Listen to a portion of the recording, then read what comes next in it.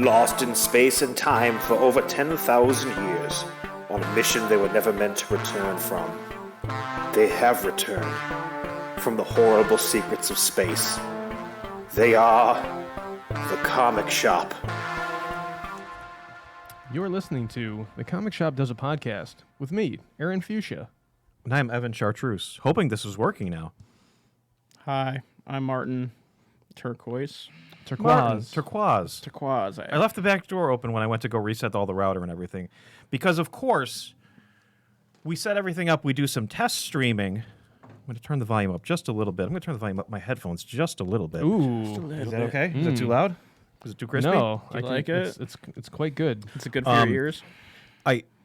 Of course, we set everything up. And in typical comic shop fashion, OBS fails us, the internet fails us. Looks like we've been streaming for a minute now, so who the heck knows if you're out there in Podcastville, Superstreamville, Twitchville, Martinville. Let us know in the chat if this is working or not, because I have no idea. We need to do a Comic Shop podcast from Margaritaville. I think that just needs to happen. Yeah, okay. Where's Margaritaville? Maybe not even like Margaritaville exactly, but we need to have margaritas available. I don't know the last time I've had a margarita. They're a lot of points, but they're worth it. I just want to eat all day and just have like a few margaritas. Martin, margarita? Teresa, if you're listening, your husband needs a margarita right now. Oh, and I'm working. Actually, I'm not working. Mrs. Lee is in the chat saying, yes, we are working. Thank you, Mrs. Lee. Thank you, Mrs. Lee. We see you doing good work out there. We appreciate it. She is the silent angel. She's going to drink margaritas for me. Oh, what a sweetheart. That's so generous. Aaron. Just her and Tootsie. Aaron, how's it Sounds like going? a good time. It's going great. We've got the day off because of Juneteenth. Juneteenth. That celebration and the memorial of in history. Great. We're just gonna go to Martin. We're just gonna go to Martin laughing. What was your reaction? You just made it seem like it was bad. Because it was bad. It was really an awkward description, but because of freedom. Freedom. Let's skip that because we're just digging a deeper hole here. And what's going on at school? What's going on at school? You're almost done, right? We've got one week to go. We've got one full day tomorrow, and then we've got 2 half days. Yes, I am still doing new projects with my students right until the end. Wow. Was the last firing of the kiln successful? I don't know. I fired it over the long weekend. So you don't even know if there's been disaster and explosions. There have been many glaze explosions. everywhere? The 8th grade projects more or less all survived. The 7th grade projects have mostly exploded. So you're going to have to go They can just do them next year. Yeah. Well, the 7th graders will get to do another project with clay with the 8th grade. One thing I have done is I think I'm going to start doing the clay projects early in the semester, and in the spring semester I'll wait till it's nicer outside so I can have like the windows open and stuff. Because what always happens with the clay, it just gets so dry, like my throat gets sore, and I feel like I get sick whenever we do clay, just because of all the silica. But if I can have the windows open, and I can break apart, like when the 7th grade does clay and the 8th grade does clay, so I'm not doing clay all day long. I think that has actually worked better for me in my test this time around. But just trying to get clay done, trying to get things painted, trying to get a few other projects completed, more or less, to finish up the year. And Aaron, I'd just like to say that, of course, we all know that Juneteenth is a holiday celebrated on the 19th of June to commemorate the emancipation of enslaved people in the U.S. The holiday was first, of course, celebrated in Texas on this date in 1865. Mm-hmm. Martin, it was in the aftermath of the Civil War. So, of course, we're celebrating freedom today. Yes, that's what I was getting to, but like you guys laughed and threw me off. Sorry, Aaron. That was my intention. Sorry, Aaron. That was my original intention. Martin, what do you have to say about Juneteenth? Very good. It is a bit. I think we definitely need to be celebrating it, but from a teaching perspective, it is strange to have like a day off before the last week.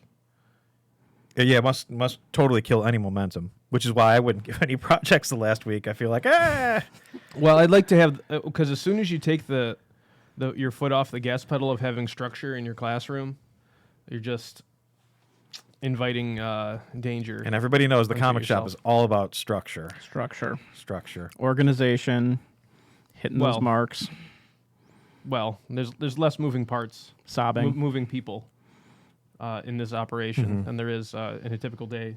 Yeah, but we have Lucas. That's true. That's like a classroom of 30.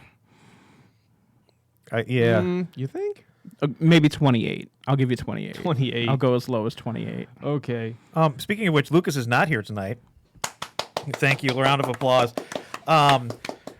Lucas said he couldn't make the podcast because he had to go to the library. Okay. Of which I reminded him that the library is closed because of Juneteenth. Right. He was looking for a LSAT book because he wants to become a lawyer, which I still don't know if this is an epic troll job on his part, but if it is, I think it's because you made him watch the Daredevil movie, and now he wants to be a lawyer and blind. It's inspired both- by Ben Affleck. yeah, both good things to aspire to. Well, and Ben Affleck met a very nice lady, Yes. Jennifer Garner. She's a Had very nice lady. Oh, wow. I feel like he's here with us. She's a very I nice don't. lady. Oh, now I do. Elektra was not in that film, actually. It was just Jennifer Garner. I don't know. I don't remember. The Daredevil movie. She was Elektra. Right, but not really. She was Elektra Nachos in that. It's Elektra Nachos, not Nachios. Yes, it's pronounced Nachos. Yes. What I'm was just going to that? offend all cultures tonight. The Martin, Greeks? how are you? What's going on today? Today was fun. Yeah, I was did gone. things, and I accomplished many tasks, and I didn't give in to the urge to nap 15 times today. I gave up on you this past weekend. I went camping, and I heard a lot of fun. We had a great game day on Saturday. We had Like some great. watched a game or like played games? We play games every other Games, Saturday. game. Oh, for real? Yeah, we used to cool. do it the before time and the long ago. The Land Before Time. The land before time. We Cry every have time I see that. a young fella who runs it, and they used to do it upstairs. A young fella. I'm just trying to be nice. It's Jerry Mathers from Leave It to Beaver who does it. Yeah. Yep, Jerry Mathers. Golly, Mr. Coy, can I play a game? Gee, Wally, can I play too? Is it marbles? So anyway, every other Saturday, we try to do a game day of board games and things like that in the back room. We kind of discontinued that for about 2.5 years. We were just getting back in the swing of things. We've probably only done 3, maybe 4. We had Magic on Friday. A few new faces at Magic on Friday, which is great. We've been doing Pioneer on Wednesday. That's been going all right. Which that's not what I expected it to be. I thought that there was going to be covered wagons and I would get to wear my frilly bonnet, but You heard that Alex Johnson died of dysentery, right? oh, So there is some That some is truth sad. to I it did not being hear that. actual pioneer. A lot of death going on. Yeah, this week. I know. So anyway, I left you, Martin. And I heard again fun times this weekend. I can just tell by the look on your face that Fun you, times. You want to just It's talk great. all about it. I do. There was fun times and things. I was at my in-laws for a number of days over this Did they long know? weekend. Yeah, they knew. That wasn't like a secret thing. Yeah, Aaron likes his in-laws. yeah. They're Well, I great. didn't know. Maybe he was They're just seeing how long it would take them to notice him there. They specifically buy me snacks. Like they know that I'm trying to like cut out a ton of sugar, so they will. And they know I like apple pie. They will get me a sugar-free apple pie. I mean, it's still not like great for you, but it's it's the all. It's still allegedly sugar free. It's like most of the enjoyment of apple pie, but with slightly better for you. It's like bumper bowling with apple pie. The problem is it can't be sugar free. It can be reduced sugar. Yes, it's reduced sugar. All It's right. using equal. It sounds like you two know a lot about pies, and it sounds like there's a project involving pies that has yet to be resolved between you two. A project involving pies. Yes. I will be making some apple crisp as a part of the end of the year picnic for my fellow teachers. Not the project I was thinking of, but there is a project between Oh, like a Pie? pizza pie? potentially. Potentially pizza pie. Isn't it in some publication that's never coming out? Well, Pizza's Pizza? Or we're going to drag this on forever. Comic Shop makes a comic. Comic. The one pager you guys We did doing? Oh, yeah, the one. Welcome to Yeah. The Comic Shop Has a Podcast. My name is Evan Coy. I'm here today with Aaron Lee. Go ahead. Yeah, I drew it a long time ago. I've been waiting on that script. Well, I just assumed that it was already done and published. What? No. I kept threatening to write my own script, but I wasn't actually going to do it. We really lose a lot of chemistry when Lucas isn't here. You think so? Yeah, we have to attack each other instead of him. I know. Let's just stick to attacking Lucas. Lucas All right. isn't here. Let's just pretend he's here. make I a got comment. like a tennis ball that we can act off of. Yes. Ooh, like a CGI Lucas. I think we need that. For Ooh, where's Tyler? Brilliant. CGI Lucas. Oh my God! Can it be like Uncanny Valley, like just like his face, but like All stretched it- over a cylinder? So All it's it like, needs to be is a 5-second clip of him going, She's a very nice lady. and then that's the whole, like, it cuts to a different camera for that as well. I like that, but here's my idea. Okay, have you guys seen Tron? Oh, love it. Both Trons? Yeah, well, I'm talking about the first one, the one where it's just Jeff Bridges. Are you familiar with Master Control? Oh, of course. Yes. So that's a face on a cylinder. We need Right. to just put Lucas's face on a cylinder and put him in that Tron. His actual background. face or a digital face? Digital face. Okay, Digital okay. face. We're not going to jail over this bit. They wouldn't convict us. Yeah, it needs to be really corny looking, like really like angular. Lucas. Yeah. Yes, and then it he needs to be commenting him saying that. he just did. He said, "Wow, you figured it out." So he must be commenting that we're on the podcast live. Thank you, Lucas. But it's gotta be that same kind of stretch look, and he can say, She's a very nice lady. but it's gotta be on that Master Control cylinder. Like we can actually like rip that frame from Tron and just like map his head onto that cylinder. I think that would be A job for Tyler Rigby. We can do Very that. We can funny. figure that out. We have the technology. like could you imagine like they walk before Master Control and it's like, Master Control, I'm gonna fight you, and then Master Control says, She's a very nice lady. I like that as a concept. It makes me chuckle. Lucas says, cause I'll copyright my face and sue you. Yeah, you and what lawyer?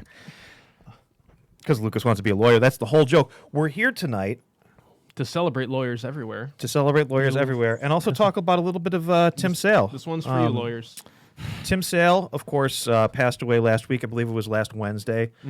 I believe Jim Lee put out a announcement or a tweet of some kind on Monday saying that Tim was not doing well. He was in the hospital. Obviously, that's not a good sign. That this isn't like he's got a cold and he's in there. It was kind of a little bit foreboding. His family then put out a statement on Wednesday to say that Tim had passed. Very iconic, influential comics illustrator.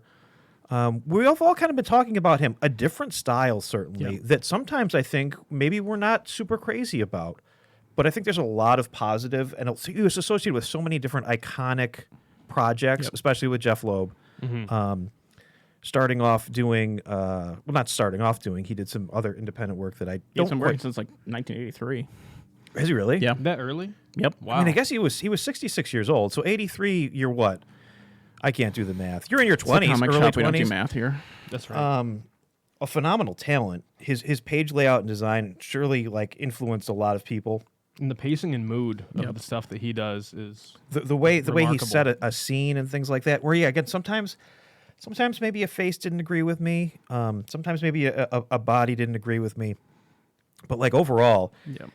very iconic. The simplicity in some of it, the push for design on some of these pages, and I think that's what we're going to kind of look at and talk about tonight. Was his relationship with Jeff, with Marvel and DC, his jumping back and forth, doing some Batman, doing some X-Men, doing some Batman, doing some Marvel color. and without so him, forth. do we get people like an Eduardo Rizzo? Like I feel like he's That's Yeah, highly they influential. do. Yeah, actually, now you mentioned and that. you're an Eduardo Rizzo guy. Oh, right? I love his stuff. Everything he does is amazing. And Tim Sale certainly has a lot to do with that. I see a lot of the same sensibilities, like negative space, like large areas of black, mood, lighting. Sometimes large open areas too, and when you're working on a different style. There's another artist too that was I want to say like Leandro or Leonardo, who was also very similar to Eduardo Rizzo. I get them confused sometimes. He did some work with Peter Milligan on like the Disciples. You ever remember I this do book? remember that series. If I can just ask the internet here for a moment. It But, is funny. Somebody like a Tim Sale, influenced by like a Frank Miller, and then you have somebody like not a Raphael Grampa, but like there's elements of that too. Where like Oh, you yeah, can, you yeah, can yeah. kind of see like the over the course of decades, like the influence and passed on from artist to artist. Similar to like we were talking Neil Adams when Neil Adams passed. Like just did some really iconic stuff, but then also influenced the next generation of artists. And I feel like a Jeff Loeb is kind of like that as well. I do like that the projects he chose tend to be very character driven. Even something like The Long Halloween, where it's a mystery plot and things, he really gets into these characters and gives just a lot of life to them And I think in the that, story. him and Jeff obviously paired well together. Very well.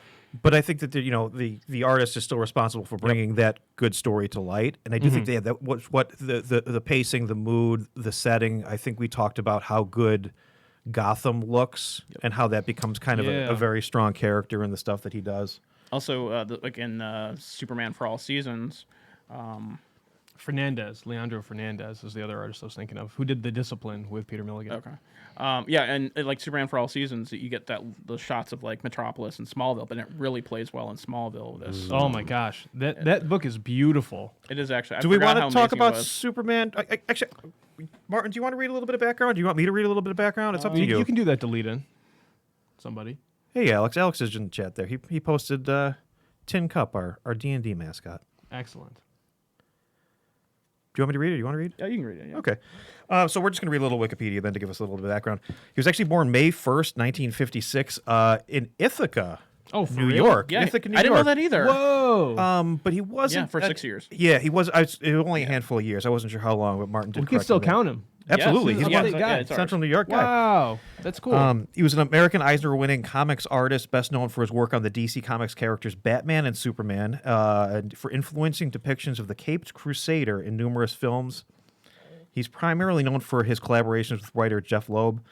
Sale was a beloved artist, and his distinctive renditions of Batman served as a heavy influence on modern cinematographic, Martin, There you go. depictions of the character, with film directors and actors directly citing Sale's work, which, yes, I think that's... The last two big Batman projects have all been heavily influenced by him. I mean, even during this, during this last Batman Yeah. movie, they put out that long Halloween special, Yep. which was just a one-shot. The kind of, and this is how ignorant I am. I didn't even realize they were doing it. I thought they had a different creative team on it, and they were just trying to like continue the story. But Because that's what you see for most product from Yeah. DC.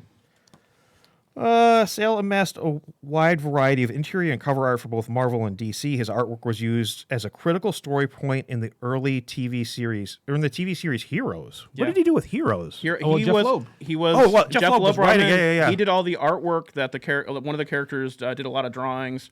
I think he even designed like the Heroes logo, and any of the writing you saw inside was his actual handwriting. Because they did like the captions every once in a while, or quite a bit. I did not know that. Yeah. I knew that at the time, but I think I was very busy around the time when Heroes was season a 1. thing. Check it out. Season 1. It's decent. Season 1. Season 1. Come for Tim Sale, stay for George Takei. There. Oh, George Takei's in it. I don't know if he's in season 1. I can't. Is Yeah, he? yeah. I don't- Is he, I don't is he- remember. Was he? It's like a lot of commitment to stay on for more than a season to watch something. That's why I like anthology shows so much. It's like, here's your character, here's your conflict. Yeah, we're done. We got to move on to the next thing. Martin, you want to look at some comics? You want to add another point before we look at some stuff? If we're gonna go through Superman for all seasons, I was actually thinking of starting with that Wolverine Gambit book Okay. because that's Yeah, kind do we want to build? kind of predates. Yeah, and build. I do think we kind of want to build because I do think Yeah. that Batman for all seasons, Superman for all seasons. That's my pitch to DC. We get a Superman for all seasons. What about a Batman for all seasons? He wears shorts. He wears a sensible light coat. He has a winter coat. And then the light coat again, but a different one. So, Batman for all seasons. like a brighter color, or Maybe. It's still Batman. yeah, it's still Batman. Gotta keep it dark. okay. Well, I guess you could do like a lighter blue, a blue and gray for the fall, and something different for the spring. I think we get somebody call up DC right now. Batman for all seasons. It's You just better work.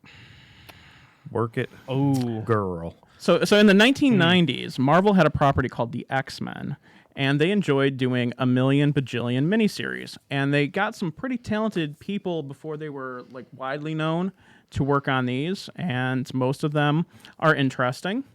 And one of them was Jeff Loeb partnered up with Tim Sale to do an X-Men Gambit miniseries, which had some very snazzy foil covers. Yes, I found him in a long box. Did you? Oh, Yeah. okay, cool. I didn't bring him with me. How many issues was this? Was it 3 issues or was it more? It's like a 4-issue project. Okay. Four? I Yeah. only found 3 in my box. Maybe, yeah. Maybe I have a 4th one. I don't know if they padded it out with extra stuff there, but Let's take a look at it. This is Martin, it's kind of difficult for you to see, but oh, that's fine. I'll just pretend. I'll use my imagination. my mind can't help but try to be a little silly. It's like, oh, here's Wolverine just checking on Gambit. I don't know if this is the most dynamic page to like open up the book with, but anyway. yeah. But I don't mind the graphic design choices here with the blue and the white. Which has Oh, no. nothing to do with Tim Sale. I'm just calling him like I see him here. Ooh. But I do like this kind of using the text as a mask, kind of to create panels. That's kind of fun. Tap talk, tap talk. Must be like a Jack the Ripper thing. That says Butcher, Skipper. I think there's a Jack the Ripper type. No, I like this page. This is I mean, Yeah. kind of a classic, super fun, big shadow on a brick wall. That's a little scary. Yeah, very noir. When Tim Sale leans into the noir stuff, I think that's highly, highly effective. Or when he abstracts some things, I guess, like this could definitely be in the noir. I think, like they always talk about how Gambit's a thief, but I don't think we've ever seen anything like this where it's like a super close up, kind of like nuts and bolts operation of like a thieving Martin, situation. Gambit being a thief, there have to be references to that in the book somewhere. In what book? Any book. Oh, any book. They mention it a lot. They don't actually show them. I think they made a big deal of it with the recent series, Mr. and Mrs. X. But there's Horrible name. Yeah, I don't know why they would do that. But like isn't this just a great shot that's like something you don't really see Gambit doing a lot? Like can you see in real life? He sees. Yeah, I'm watching you. Oh, okay. But yeah, we don't see him like doing the cat burglary stuff that you would think of like Catwoman doing Right. a whole lot. So it's kind of nice to see that, and we got some Rogue in there. He's Some fun panel layouts too. I think that's what. That's a big strength. Yeah, that I've talked about this before. That I'm very much, and I don't want to say that Aaron is in this lane, but I think Aaron has said it before too. 6-panel grid, 9-panel grid. I understand how those things work. It's when you start to break away and get things. Can you go back a page? yeah. You know the curvature in that first panel. Like it's pretty clear how to. Well, it's not pretty clear how to read it. I think it's clear enough, but like Well, first you read 1, 2, 3, yeah. 4. but you read left to right. So again, maybe the word bubbles breaking through there helps a little bit to kind of bring your eye over here, but you read left to right. So it's a bit different of a composition where it's taking your eye out of its normal thing because of that curvature and making you follow kind of because now you're going right to left. I love this like the circle thing because it kind of spins you around, and then this is the angle of Rogue looking at Gambit. So it like switches, Yeah, I like that. switches the That's perspective cool. right from here to here. That is very effective. That's a cool trick. I don't know if I've ever seen anybody do that before. I feel like that's a Sankovici type move where he does not a lot, but he does those twirly patterns and things like that. Oh, Jonathan Legoman can. says Batman for all seasons. I'd buy it. Well, that's just because you'd buy anything Batman. Thanks, Jonathan. But Thanks for your thanks, support. Jonathan. We got to get in touch with editorial at Marvel and DC because we got some good pitches. We're gonna sell some units for them. I think so. Our next page here. We could be like Marvel Knights. We could. We'll swoop in and save them from their horrible What state would right what would now. our imprint be called? Marvel Days. Marvel Days. DAZE. Ooh. lot of negative space here in the next page. Kind of a repeating panel over and over, but good storytelling. But it gives us those nice moment-to-moment transitions. Oh, it wasn't even really Rogue. It was a Danger Room Rogue. He's doing like a Geordie LaForge type situation there. Uh-oh. Gonna have to get them up. No, wait. Go back to the repeating no smoking thing. Like that's kind of fun too. I know nobody smokes cigarettes anymore nowadays, but that's fun that they're on the Blackbird and he can't smoke. Is that what? No, he's on a commercial. Flight. Oh, okay. I can't see the. That's too bad. If it was on the Blackbird, that would be pretty funny. I'd also like the idea of him making a little house of cards, and then it like all falling over. That's kind of a fun. Foreshadowing. Ooh. Yeah, but that's kind of a fun thing. I feel like all these little moments. I mean, I haven't really read X-Men comics in a while now, but like I feel like a strong story always has like fun little character moments that make sense. Like you dive into what the character is and what they do and like the objects they have and what they can do with them. And I think that goes back to what Martin was talking about before, is those strong character things that he could pull out of Jeff's stories. Yeah, so that's a credit to Jeff Loeb that he would have him like do stuff like that with that Little House of Cards and such. That's kind of fun. Assuming he did. All right, so Or do you think it was a Tim Sale?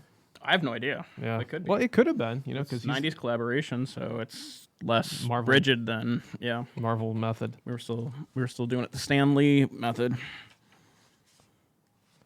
I assume. I actually don't know that for a That fact. did on yield this. some wild stuff.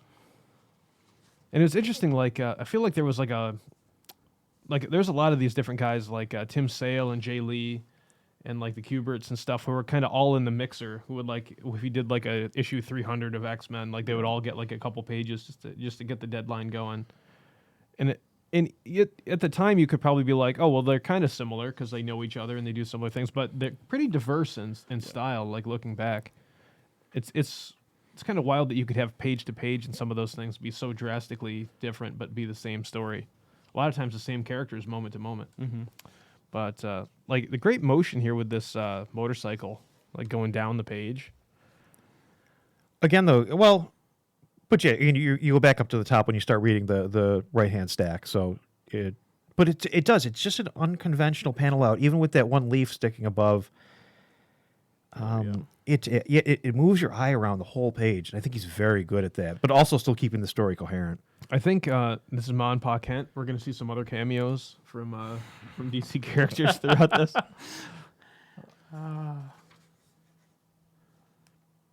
So Martin, after he did the X book here, did we go to? Was it the Long Halloween? They was jumped, after I think, right over to the Long Halloween on that one. Do you know how he went from Marvel to DC, or was it just Jeff kind I of? think Jeff Loeb was kind of writing more for Marvel at that point. He was getting. I mean, this is just before Heroes Reborn and all that, where he would get involved and Liefeld. stuff. Yep.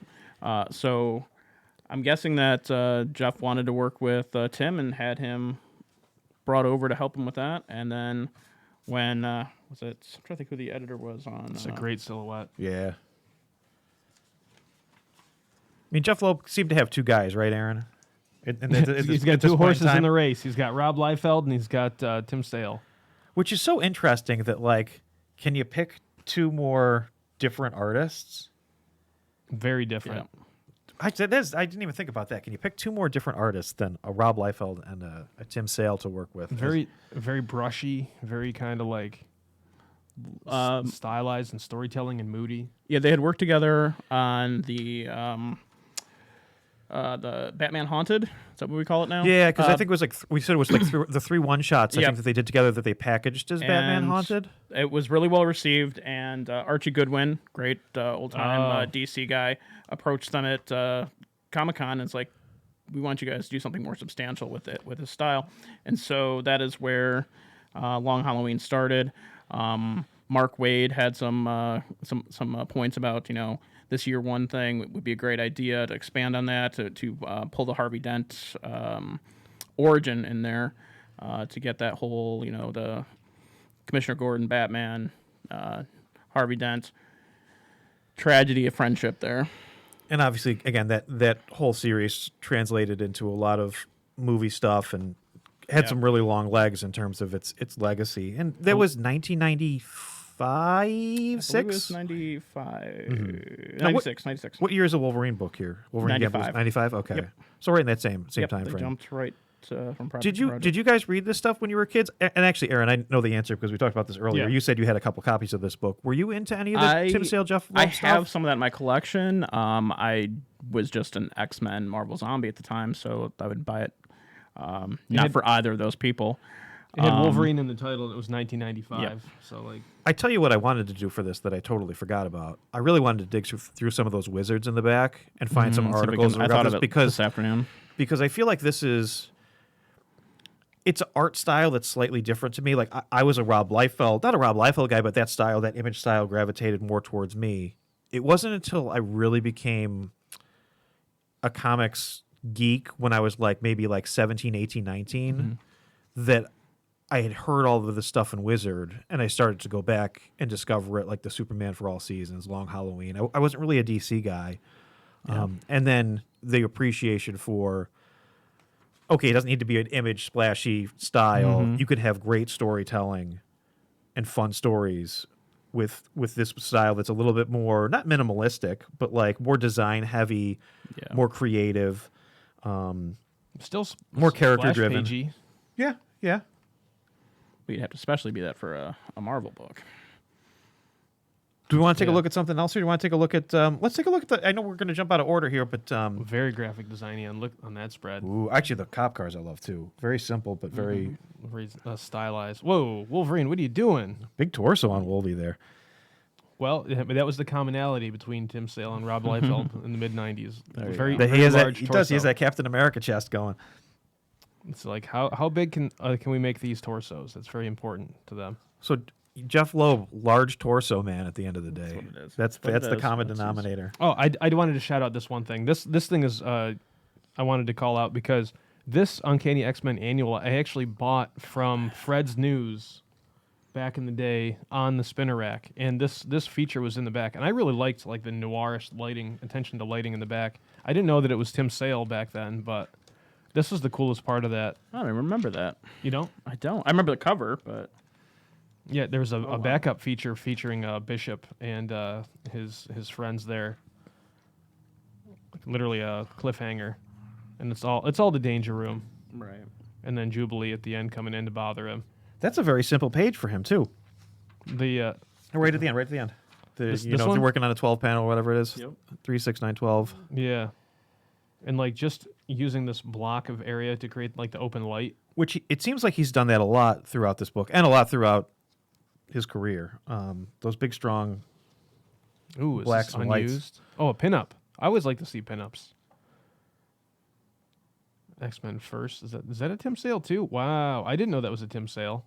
Did he actually work on that? He did Or the was it cover. Just covers. Okay. Just the cover. I don't think he did the inside. But that's one thing I miss from comics is that you just get a random pinup at the end of like whatever issue of a book. Martin, what do you want to jump to now? Do you want to look at like a little dark? We're going to skip along Halloween actually because I think most people are familiar with that. Do we want to do some Dark Victory? Do we want to save? Yeah, we can Superman look for through the Dark end? Victory. How animated is that already? Like, couldn't you just look at that and just see that in motion, like the Spawn cartoon on HBO? Like, I just see that in motion. Alex says, I only knew of him from the Batman material. Also pretty sure he was largely responsible for Harley Quinn. No, I don't feel like that's correct. That's No. Paul Paul Dini Dini and and Bruce yep, Timm. Yep. Yeah. You want to look I at think. Dark Victory? Is that what you wanted to see? Yeah. Well, let's look through some Dark Victory. The only book I didn't look through. Do you want to do the Long Halloween? no, go through. Go for it. Go for it. The Victory was dark. But it was a victory. Yeah, that's true. Even though it was dark, but you know it is the Batman. I think the storytelling was concurrent with the Catwoman. Was concurrent with the Catwoman when in Rome too. Is that was another one of their projects. Yeah. Look at. Do you notice any similarity between the color choices and the new Batman film here? Yeah. Yeah. The red Yeah. right off the bat. Yeah, I think that's intentional. Yeah. No, I'm gonna. I goofed on you a little bit for the X-Men design for the front. That design's very nice. I really like that strong red and black. Yeah, I wonder who's doing the design on this. Archie Goodwin, inspiration. Archie Goodwin. I've got to read more about Archie Goodwin. Everything that he has ever touched, I have Yep. I have at least like mostly enjoyed. Like everything. Do you know any of his? I don't history? know a lot I don't either. really either. I just know whenever I see his name, I'm like, yeah. He And is a guy that's synonymous Yep. with like Quality. quality. Yep. Yes.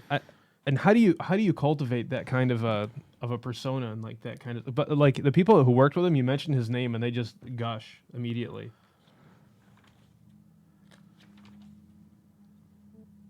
It's something I'm coming back to like that's why I loved finding those old Marvel Epic comics and stuff because especially when he was editor in chief because after he left as editor in chief it was not the same. But some cool stuff going on there. Look at this negative space. Yeah, actually, that's what I was going for earlier. Was strong black Oh, there we white. go. It's the negative space A that little behind. yeah. This was in Wizard. The reason I know this panel is because it was in Wizard. Really? Yes, I couldn't tell you what issue, but I know for a fact it was in there. I don't know if it was in like the back of the book, with like, oh, these issues are worth something, where like sometimes we'll have I panels just and feel like call-outs. that was. I'm sorry, I didn't mean to cut you. No, but no, you that's got it. that's like one of those things that Wizard got strongly behind. That they were the Image guys, and then I think they branched into like what's the more not arty but more creative, a little bit deeper content where, well, let's get away from. What's more story driven, what's more character driven, as opposed to what's the flashiest thing that we can do. It's more of what's a more creative approach to comics, and that's what Wizard started to get behind in like those mid to late 90 issues. Yeah. And I think that's where really Wizard certainly didn't make Tim Sale and Jeff Loeb, but like, Nope, but it didn't like, hurt. yeah, it didn't hurt. Like saying, hey, look at this stuff. This stuff is great. Like, it's Jeff Loeb, who you know from Rob Liefeld, but also like, hey, there's some really like interesting stuff going on here with Tim's Well, it's art. also Batman. It doesn't hurt. That's true. Batman has some pretty high profile in the world of That- comics. That red Batman. I like Yeah, that. again, That's really good. the high contrast. Yeah, this painty stuff. I think this is when Tim Sale's stuff looks the absolute best when there's watercolor on it. Watercolor, Lucas. Watercolor. Watercolor. All the watercolor. That's why I teach so much about watercolor in my class because it's so good. But look at this. Look at that little mustache. Like when Those it's are just some solid pages. when it's just all brushy, it just looks so good. Like I can't see the angle. Can I the see il- the front first panel yeah, there? the illustration is just lush. Like you can just see the brushstrokes and stuff, and it's like Look how it just has such fluid. motion. Look how Yes. fluid this page is. These two Yeah. pages play together so well. yeah. Like I was saying earlier about like that Gambit and Wolverine panel. Don't you just see all of this just in motion? Yep. Like you could like it's moving. Like you could just imagine it in motion so perfectly. And then it switches over to the flat color, which, I understand. I do like flat color. I've grown to like flat color a lot more. I do like the graphicness of it, but like once you see something like this with that watercolor effect, that's just absolutely beautiful. Like that, you could just get lost in these two pages for a long time. 100%. Which, But which is a part of his appeal for the storytelling, is that it wraps you right in there. Yeah. It gets you going. I also think, and Aaron, I'm with you 100%. Those last two pages really grab me. But the panel layout you're on now, even the little like cemetery scape, the flat color, it's still beautiful. Oh, There's yeah. a lot of stuff Yeah, going yeah, on yeah. in there that like. Like I love stuff that's colored more like this. Something I've come to appreciate is like if this is like all modeled and stuff, you lose all the line detail. And really your eye, like when you see flat colors like highlight, midtone, shadow, just kind of chunked in, your brain receives the information the same pretty much as if it were modeled, except it takes way less time. And that kind of graphic approach looks good too. Might even look better than fully modeling everything. Like it's like you gotta pick which element of the art is going to be lead guitar. Do you want Tim Sale's line to be lead guitar, or do you want the color to be lead guitar?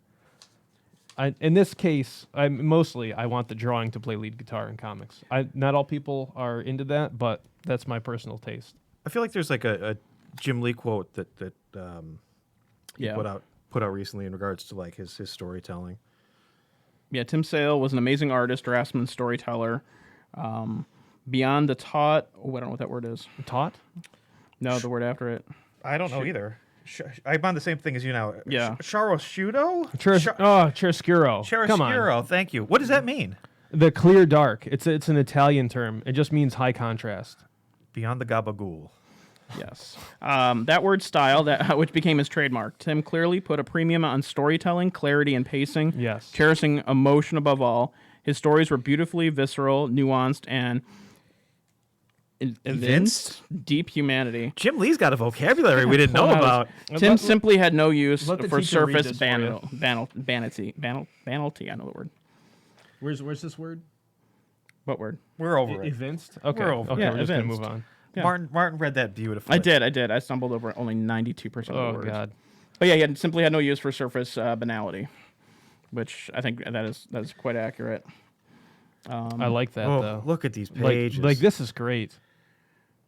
Again, such fluidity, and such great panel layouts. Just the choice of the big, tall verticals, and then the Look at this like light gray purple foot on this Catwoman silhouette. Just enough contrast to draw your eye there. and then the tilt of his head right here, like that he sees her getting away, like that is just masterful. And if it wasn't that little purple, it would have been lost, and you would have never seen that. It's just that little note. well, it would still work, but that little pop. It would work, but that makes it. It's the detail like that. Not a huge fan of his Catwoman though. Too many whiskers. I don't know about the whiskers. I didn't. They made some weird choices with Catwoman in the '90s. I think. I have a graphic novel where it's all about a mask. Lucas and has she a weird favorite costume. interpretation of Catwoman from the 90s. Is it Jim Ballant? It is. Might be. I don't know why. I'm so glad that She's Darwin, a very nice lady. I'm so glad that When they came in, that Brubaker and him, Darwin, with the redesign, yep. yeah, because a cool character, but it was so hard to redeem from that. I mean, it was also the time he had like Dawn. It was, and yeah. Who else? All the other. Oh, by the way, Jonathan says nice analogy, art teacher. Which probably 2 or 3 analogies ago, and then yes. But we appreciate Yeah. your art analogies. Oh, Thank you, Jonathan. I could talk about this stuff. Look at this palette too. What's such a great like kind of deep, rich palette, but it's still all we got. Who's coloring It's this thing? RGB. Who colored the book? Who colored the book? Because they deserve some props too. Gregory Wright. Gregory Reed, classic. But this is Wonder if they worked across the board on that. I wonder. What do you And mean? then- If he was part of the Long Halloween family. Could be. I don't. Yeah. That's such a great, deep, rich palette. I see there other stuff. This same palette was being used in other Marvel comics. I think specifically like the Midnight Suns comics, but nowhere nearly as effective as it looks here. Why do I'm picking up Mignola out of this? I was going to too. say that when we were looking at the graveyard I'm scene. I'm picking like, up it's Mignola very out of yep, this too. That that didn't Yep, dawn I was on thinking me that. before. I was thinking that's Hellboy. And now for something totally different. Yeah, I appreciate the fact, and I do think we should probably look at Superman for All Seasons shortly because Yeah. we're getting close to. Although we started 10 minutes late because of technical difficulties, we'll keep going with this for a little bit. But Yeah. like a lot of great artists, they can adapt, they can shift in their style, and I feel like that's such a difficult thing to do. And I feel like he had a few different styles that he could kind of shift into when the mood was right, or needed to evoke a feeling, or tell a certain sequence in a page or pages. Which we'll see in, I think, Superman for All Seasons, is that just the contrast to what his Batman stuff was. And there's the Frank Miller stuff with the blinds and the hard shadows. Like that's a Sin City look if I've ever Well, seen. yeah. one. Didn't he come in on the second half of Death Blow by Jim Lee? Because like Jim Lee bounced off that book, and that was Jim was Lee. on- yeah. That was Jim Lee doing Frank Miller essentially. Yep. Yeah, you're okay. Oh, he worked on Grendel too with Matt yeah. Wagner. Yeah. He was good friends with Matt Wagner, apparently. Matt Wagner also put out a comment, and unfortunately I don't have it in front of me, but they had been friends for like, I guess very good friends for like 35 years, like their entire careers. I guess they may have grown up. And I don't know exactly what the story is, but apparently Matt Wagner and Tim Sale were very close friends. Both great designers in terms of Yes. comic book layout. Richard Starkings, the letterer, I read that was like his best friend, like in the world. Really? Yeah, Did you read his Challengers of the Unknown at all? I did not. I don't ever looked at that either. Well, I guess that's one nice thing about this is like there's so much work that there's more. Like it's if you're a casual reader like we are, there's it's not the end. There's more to uncover and unearth and read. Which makes it all the more sad that, unlike a George Perez or a Neil Adams, who was up there in age, and you kind of knew you weren't going to see any more Neil Adams. Yeah. You knew you're not going to see any more George Perez. Very real possibility that at the age of 66, him and Jeff could get together and continue. Couple more color books. Oh yeah. Talk about the color series, Martin, if you could. The color series is their Marvel projects, which would take a character and use a color thematically. Spider-Man Blue was took place like around Valentine's Day, and it was Peter reminiscing about the loss of Gwen and just how tough that was for him, and even though he's now in love with Mary Jane, he still has that sense of loss, and it's about him nice. coming to terms with that. Daredevil Yellow took place during the yellow phase of Daredevil. Which we were talking about this earlier, and I haven't read all of the color books, but I would say Daredevil Yellow might be the biggest book that he did. Aaron, you can For Marvel? agree or disagree? For Marvel, yes. Well, only because Daredevil was hot at the time, because it was kind of brought back. Like a right? Marvel Knights time frame. Is this Yeah. talking about? Or was it I think the later? It might have been, Spider-Man yeah. was pretty big, but they did Hulk Gray, Hulk Gray. as well, and they And did then Captain America White? which I read the first issue or the 0 issue of, and then it was extremely delayed, and I don't think I ever actually ended up finishing that. But no, it would have been great to see some more colors. I feel like that's the cool thing about Tim is that he was able to jump on all of these big characters and have like an iconic story to illustrate. And that's what makes him such a unique artist, a unique creator in the field that like he can say he has one of the definitive Superman stories, one of the definitive Batman stories, a hell of a Daredevil story, a hell of a Spider-Man story. Again, I didn't read the Cap one, the Hulk story. Like he's got so many great stories. There's And it plays into continuity without being retconning. retconny or chained down by the continuity. It flows right in there nicely. I wish they would do more projects like that where it's not just this, Black Label or something where it's completely something Completely separate. Yeah. again. I mean, that's how you navigate your way through the big two companies. Like you have your team, and you come in, and you're like, okay, here's the pitch, and they're like, okay, and then you do your one definitive story, and you don't need to go on forever because you've said everything you need to say. Like, You've given some other creators some nice toy box materials to play with. yeah, and that they're still playing with. Yeah. Yeah. I just got to point out this page. Look, we got our yellow, our orange and blue complementary color scheme outside the door, inside the door. So great. I gotta read these. Playing with warm and cool there, where you've got the cool Yep. to the foreground, right? Yeah, pulling the cool forward. Ah, that's aggressive. Yeah, it's Great color. Yeah, shout out to Gregory Wright. on Gregory this. Wright killing it. This great colors. Tim Sale, notably colorblind artist. Yes. You said that earlier. That didn't even register Yeah. with me. Tim Sale is colorblind. Yes, Oh, I mean that may be one of the reasons why he works so hard with the chiaroscuro is to Yeah. make everything work so well just in black and with white. with a charcuterie. Yeah. With the Shakira. Yeah. Look at this secondary color scheme: purple, orange, green. Like those are colors you want to see in a Batman book because they're like the spooky colors or the Halloween colors. You want to see those in there. I love how even the colors in this have the same kind of line quality as Tim Sale. Like Tim Sale, I love that everything he does. He did it. Like all art's like done by hand, whether or not there's something else there. But you can see his hand in absolutely everything. Like he just puts like a little bit of a wobble into everything, and it's just his What's style. the name on the letter at the bottom there? Bruce Wayne. Oh, okay. Have you Never heard of mind. him before? Nope. All right. Do you want to? Because I could just keep talking. I think we need to move on to yeah. Superman because I think we've only got maybe 15 minutes left, and I think we want to spend a little bit of time on this.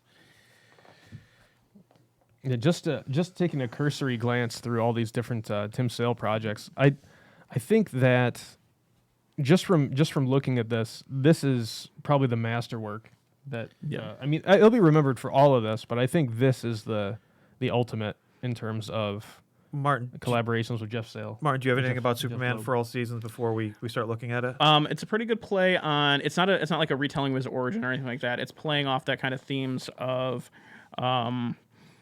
what each season represents: spring, summer, fall, winter. It's not narrated by Superman. It is told from the perspective of I think his Pa Kent, Lois, Lex, maybe, and Lana throughout it. And it's a character study. And Do we want to start digging into it? Or? Yeah. Okay. Yeah, here's a cover. You can already see this little precursor of we got some watercolor in this thing. It's like a little memory book.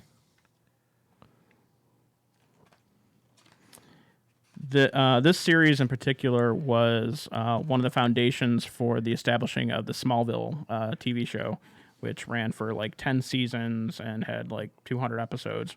And had none of the feel of this at all. No, it was basically the well, I think in a way because you got him growing up because this is all about Superman coming to terms with being Superman, and that juxtaposition of him and Clark and that whole persona, and I'm but gonna with go way back- more teen drama. I'm going to go back to a Yes. comment Alex had about the Harley Quinn thing. I can see a little bit of Paul Dini in Superman for All Seasons, too, maybe. You mean Bruce Timm? Bruce Timm. Thank you. I think there's some commonalities, but I think they're drawing from the same stuff. I think they're drawing from like the Fleischer brothers Yep. and Disney and that classic good animation style. That yeah. Jonathan Legoman asks, what year was Superman for All Seasons? Martin, it was 1998 or 98, 7? maybe? I think it was 98, 99. I want to say it's 98. Because I think this might be a 98, 99. It was really close to the. I don't know but if this that logo's a for little that. newer than that. I don't think I have the information on that. Yeah, one. but I this is think it's probably a 98, different printing. 99. I looked at the indicia earlier. It was 98, 99. I'm going to go 98. Yeah, it's 98. It ran from September to December of 98. I do have the information. But one thing about this that stands out from the other one is a lot more open line art, but it's set during the day. There's lots more light. It's like that scene with Bruce Wayne at the pool, where it's just big and wide and open. I wonder who did the color in this thing. Oh, yeah, see if we can compare. Give me some credits. Credits anywhere. Bjarne Hansen, colorist. Bjarne Hansen, Not the same. not the same colorist, I don't recognize that name. I don't either. recognize it either. but DC. Has I like it. DC has a track record of bringing in like good like kind of watercolor artists, like Lynn Varley does amazing watercolor stuff on Frank Miller. Richmond Lewis. They've got a great relationship, I feel like. I don't know if that's a true statement, but a Richmond Lewis, who I think was married to David Mazzucchelli at one point, or maybe they were in a relationship. I don't know. There's lots of like artists and colorists that like married couples. I wonder how that turns out. Like Rachel and Terry Dodson. Dodson. We know Laura- you're compatible if you know that you can color someone's. Yeah. I guess art that's the way true. they Like an want. all red, yeah. You hear that, Teresa? You got to start. You Coloring didn't stump my us book. for long there, Jonathan. I didn't color Wesley on purpose so that You wouldn't let. Yeah.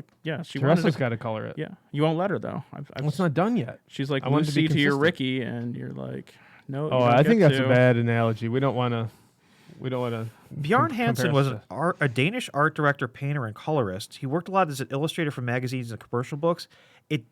It says he worked in American comics and was nominated for Wizard Fan Award in 1998. Oh. I'm So sure we've it's, read I'm his sure name it's for before. this, but it doesn't look like he has many credits beyond that. I think he maybe is just kind of an outside artist that's done a lot of different high-profile things, and maybe they're getting enough clout for this project, and maybe it was a name that came across their table that he said he would do it, or they dragged him aboard, and it seems like it was very successful.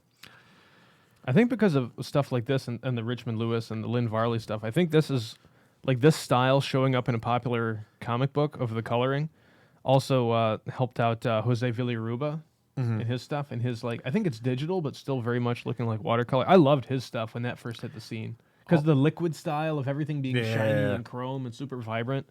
If Like it anybody was so oversaturated. This is a refreshing take. If anybody remembers liquid coloring, this is the exact opposite. And it also looks like, Mr. Lee, there may be a team up color-wise with Martin and your wife. Just giving you the heads up. Okay. We've been championing this since Priest's Pizza back in the day.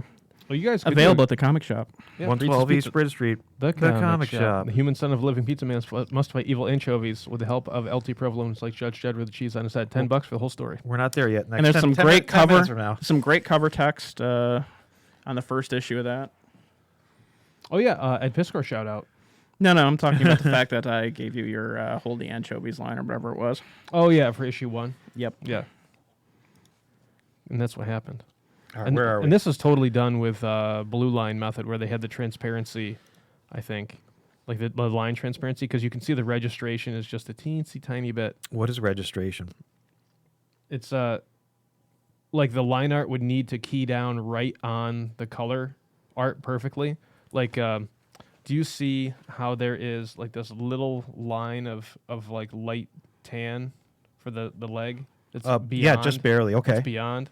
So that's also tough to do because this line is so thin. If the line was thicker, you would not even notice it. but he's got such fine line artwork in there. So it's that's one of the ways that they would work, either with transparency. It's got to be an acetate overlay. You hear about that stuff too, but Ray McCarthy, the inker who lives close to here, Yeah, down the street, kind of. came to. He was very nice, and he came into one of the college courses that I taught, and talked about inking and had some of his work, and he had some of his acetate overlays, which was really cool. I didn't have the money to buy him then. I wish I had bought some of his stuff then. Maybe it's still available. Who knows? But anyway, I like to get into the process of this stuff, especially when it's like more tangible and it looks this good. This stuff is just beautiful. Yeah, this was one of the first things I opened up when I hit the book, and I'm like, I just love that. How Norman Rockwell is Yep. all of this. Yep. Mhm. Did you guys teach Lucas who that was? Was that He still doesn't know. he We still doesn't tried. know. Okay, he tried. He's going to be a lawyer, you know. The scissors breaking on Superman's hair. Oh, I love that. Yeah. This is exactly the kind of like small moments that I'm talking about. That like, if you're going to care about their world, you need to see stuff like this. Like they can't just show up and just start punching people, and it's like, who is this? Why do I care? Oh, look at this running. Like we could go page by page and just ooh and ah over every little thing here. Choo choo. Some good boots. Frank It's a Miller twister. boots. Gas. It's a gas. I've got to go home. Yeah, and this is just such a it's a departure. And they haven't adapted this for one of the animated movies, correct? I don't Or have believe, they? No, they have not. Jonathan, can you answer that one? Yeah, I don't think so. I would have known about it. I'll defer to Jonathan. because I He's- saw that they did adapt Long Halloween. Oh, look at Yeah. that! 2 parts. That is stunning right there. That's an Aaron Zeeley That is- color yeah. scheme if I've ever seen one, and it's Yeah. there's such a simplicity to it. Do any of these pages break the point? No, that's the only thing I would like is if it just went Full bleed. full bleed, but it doesn't look like anything goes full bleed in this book. But just beautiful. Yep, no movie yet, but possibly in the works, he says. Look at Yeah, that. they should adapt all of the Tim Sale, Jeff Loeb. things Man, as that's a animated strong first book. Just visually, that's a strong first book. features. This is the first time they collabed. No. No. This is after Wolverine Gambit, after Long Halloween, after maybe a Marvel color book. They interspersed them. I love the No, fact it's it looks like it came after Daredevil Yellow, or before Daredevil Yellow. So I love the right fact that they before. bounced back and forth too, and there Yeah. wasn't any like tie to any company. Well, you got to have a little bit of a bidding war Yeah, to drive up your rates and your conditions. To get to the page we wanted to look at. Look at this. He's underwater. This is phenomenal. The different environments they put him in. Aaron and I both noticed. you go back one. This one, Yeah, I just love the. double page splash. Yep. Because if you're gonna have, like, if you want superhero spectacle, I mean, Yep, you Superman's- need that wide vision. and it's Superman who is the superhero spectacle character and the oldest. Like this is how he should be treated. Martin, I was going to ask you what page you wanted to look at, but it's very clearly Oh. marked. We couldn't find a piece of paper, so we had to grab a back issue. Another thing I really liked about this is the That's treatment of smart. him moving fast is just like the brush strokes Yep. of just the primary colors. Yeah. Like I think we got to get Alex Dexter to cosplay as Superman because I've seen him make this face before. That's funny. Yeah. Superman with big gauges in his ears. That'd be fun. I mean, Alex Dexter has hair that could definitely be Superman. Oh, He yeah. definitely too. could. Yeah. it's And he funny- wears glasses. Yeah, when I saw Boom. this earlier, I was like, that looks an awful lot like Alex Dexter. That's funny. Now it has to happen. Now I'm just gonna see him as Superman for the rest of the book. But These there's are, just again, like just some page beautiful after page pages. after page. The stars reflecting in his glasses. Yeah, I wonder. You talked about the color blindness and maybe his approach to art. boy, you pair him with a good colorist, and like Yeah. the images are so strong already, and like Yeah. these very dialed in palettes, like beautiful. Look at this panel right here, like where he's used his cape to like shield somebody from the fire and like lay them down. Like that is such an awesome panel. Alex says, "I wonder if Miller took inspiration for Huck from this Superman I style." definitely. I I was guarantee thinking it. that when I was looking at it earlier. Actually, I guarantee it. How could you not? If you're a comics professional, Sticks Boy says, "What's up, O Comic Shop?" What's up, Sticks Boy? We're just looking at some Tim Sale stuff, celebrating his life, potting some casts. podding some casts, souping for all seasons. soup for all seasons. Oh, Oh, my God. Martin, that's our restaurant we're going to open associated with the comic Soup shop. for all Soup for all seasons. seasons. It's just only soup. And then we can pair up because across the street it'd be 1, 2, 3 salads. So we'll have a Yeah. soups and salads. Brilliant. Write that one Do down. collab. I mean, this reminds me of, you ever watch that Stephen King miniseries where there's vampires in the town? What's it called? I don't know. Oh, I don't watch anything. But there's one scene where like one of the vampires, like one of the friends turns into a vampire and is just like floating outside his window. That's what this reminds me of, because it's like it's so moody. He's like, Lex Luthor, you in trouble? wish it was a different Lex. Stephen King with vampires. Was it movie or TV series? It was a TV miniseries.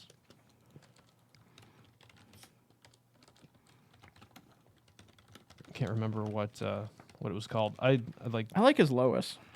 his Lois is great. Maybe my favorite Lois. Like she's so expressive and she's like an adventurer. I was saying earlier, she's kind of like Sans Serif from Yeah, Spirit. Like you get the sense. Like that's what I like about the Lois character. Like whenever she's like take no guff, like solve things, figure stuff out, get stuff done. That's the Lois I Martin, I like. was just about to ask you a question too. We've talked about some characters that are very iconic when associated with artists. Is there any character in particular that you might associate with Tim's drawing? That's like the definitive version. One for of you? them, when I was looking to do the image for the our post with announcing his passing, was Solomon Grundy. His Solomon Grundy. When I see that, that is instantly Solomon Grundy to me. That is one of the best interpretations of that character. What makes it the iconic Solomon I Grundy? just don't know. Okay. I don't, it just to me that feels exactly like how the character should feel. Kind of, it's got that that spooky kind of look to it, just because the way he draws, but also like The chiaroscuro, like the gothicness, Yep. the hand drawn, the Charcuterie. grotesqueness. charcuterie, definitely. I'm sorry to interrupt you. Sticksboy says that Stephen King miniseries was Salem's Lot, and Jonathan also agrees, and we're all in agreement now. Okay. Now, when I think of Tim Sale, the iconic image This- that I will always Yup. think of, this little pup right here, and he's going roo. It looks like a dog, like so much more than like so much of his other stuff, where it's just like this is okay. There we Stylized. go. Yep, we got a little sort of Tootsie. Yeah, it could almost be a little Tootsie dog, like a little Blenheim. Yeah, Tootsie's a ruby, by the way. Love that page too. That's just fun. I wonder if he was looking at some John Romita Jr. for this one. Doesn't this feel very Romita Jr.? I'll give you that. Yeah, who? we all know Martin loves JR. Wonder if Frank Quietly took any inspiration for this when he did All Star Superman. I could see it in the line art, like having everything be kind of more spare Yep. and let the color do more work. We were talking about him earlier. I was talking about him earlier. That Frank Quietly is one of these guys that, again, I don't. It's hard for me to get into sometimes, and once you do, you kind of understand. But I could definitely see some qualities of Tim passed on Yeah. in that Frank Quietly book. He lost me at Emma Frost. That costume Yeah. still bewilders me. It's like, how do you make that woman look hideous? Yeah, that's her whole gimmick, right? Yeah. Although I did love that. I don't know if it's a silent issue or whatever with like all the floating things around Professor X. Was that the silent issue? I think so. Yeah. I thought that was pretty cool. We 3 is excellent. Have you ever read that one? I think it's with Grant Morrison. Oh, too, yeah, the animal one, yeah, test. yeah. yeah. I was thinking superhero. I was like, I can't quite figure that out. That is maybe their finest work. I think Grant Morrison and Frank Wiley together. Going back to Solomon Grundy for a second, Jonathan agrees with you. Look at this. This is totally a Bill Sienkiewicz homage. Do you remember that Superman image with like Superman like flying and it's a rear view and it's all cape? It was the thing he did for Superman number 500 or whatever in the 80s, like when it was just a giant size. At the top of my head, Yeah, I it do not. doesn't ring a bell. I could see it. I'm sure he could pull out something like that off. But like that's totally an homage because like just using all that cape, it's got to be. And that was a pretty significant image. Ooh, that's awesome. Like just the Superman hero shot. Doing a Nova impression in that first Yeah, panel there. Yeah, I saw that too. It's like, where are his legs? Or is he doing a cannonball? I guess Nova ain't Yeah, cannonball. Cannonball. I'm a Nova guy before a Cannonball guy, but Yeah, I agree. Although Cannonball did show up in a ridiculous amount of issues of Wolverine with Larry Hama for some reason. I've got no ill will for Cannonball. I'm just a Nova guy. And he also was like not as tall and gangly anymore later No, on. no. I like the weird the Sienkiewicz New one better. Mutants Yeah. run of that. Yeah, I feel like that was his defining characteristic. yeah. They all got 90s up. Yeah. But I mean, even they had, what was it Tony Daniel or whoever followed Adam Polina? They could have leaned back. Call into back it. there on that Adam Polina. panel. No, the one you're on. Call back to the first page or whatever. Oh yeah, back on the porch. Yep. Just beautiful. Sticksboy says, Adventures of Superman was the white polybag special issue that came out during Death of Superman Funeral for a Friend. That you were thinking of, or was it? Well, that was issue 500 was okay, yeah, Superman. Yeah. Adventures. Yeah, that was Adventures of Superman 500. Yeah. It might have been an earlier one than that. I think it was like an 80s era because they did one for Batman and one for Superman that was like oversized with a ton of guest people on it. Good thing Sticksboy's here to fact check us. Maybe he can be our Our behind the official- scenes fact checker. Like, look at the great posture here on this. Like, Angry Lois. yeah. Which goes against my stance of we don't fact check anything on the podcast. Whatever we say, we automatically Yes, assume if to be it's true. true. And it is funny too because I feel like between the three of us, we've got a super good knowledge of all of this. But sometimes you just get you get turned around for a second, and you're like, okay. Just a beautiful book. What's it say at the end there? Just credits. Folks call me Superman. Oh, And then yeah. this is just a little call out for each individual person. Jeff Loeb, Tim Sale. Tim Sale lives in Seattle with his two dogs, Hotspur and Shelby. He is the artist of Batman Dark Victory, Batman The Long Halloween, Daredevil Yellow, Spider-Man Blue, Billy 99, The Amazon, Deathblow, and Grendel.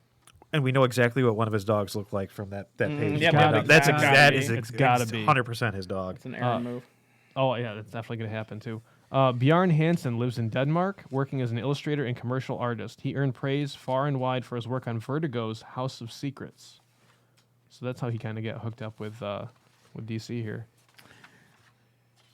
Just going through my notes here real quick. Martin, is there anything we missed? Is there anything we Not wanted really. to I'm touch just- on and we kind of forgot about? Just the fact that he's not the hugest name in the business, but he's had such a big impact on the comics themselves, the characters from both Marvel and DC, and through other media projects like the TV series, movies, and things Yeah, like that, where it's Which I didn't even, oddly enough, I didn't even realize the heroes thing. Yeah. That like, oh yeah, duh. Like, of course, Jeff Loeb's that connection. And then how much he influenced all the current Bat movies Yep. and things like that. 'cause his- it's got that great moody feel to it that you can adapt easily for different situations and how you're going to present the character. So He's just got a track record that's rock solid, and he's touched so many iconic characters. Yeah, he might not be the Beatles. I think it's more like the Pixies or the Sex Pistols, where like anybody who saw his stuff like wanted to like make comics like how he made them or adapt them into things like very highly influential. Maybe not like the biggest thing that ever happened. Why am I but- blanking on the Pixies lead singer? Is it Frank Black? Yeah, Frank Okay. Black. And Kim Deal was in the band? Yeah, Oh, Kim that's Deal- a great Kim- that's an obscure reference I feel like people aren't going to appreciate, but that's I thank you. I love you do, Like, you I do. love Kim Deal. We saw her in Rochester when she when they did the little reunion tour before she stepped away to do her own thing again. Yeah, very cool person. For some reason I was thinking Bob Mould, and I'm like, that's not Bob Mould. He's a producer, right? Bob Mould. No, he did music too. I mean, maybe he's a producer. we've lost. Anyway, yeah. we're in the weeds. Tim Sale. Tim Sale. Tim Sale, yeah. He also might have influenced some artists to not have to go the Jim Lee classic Yes. superhero look, where you can actually blend those styles or not have to make everything so hyper pretty.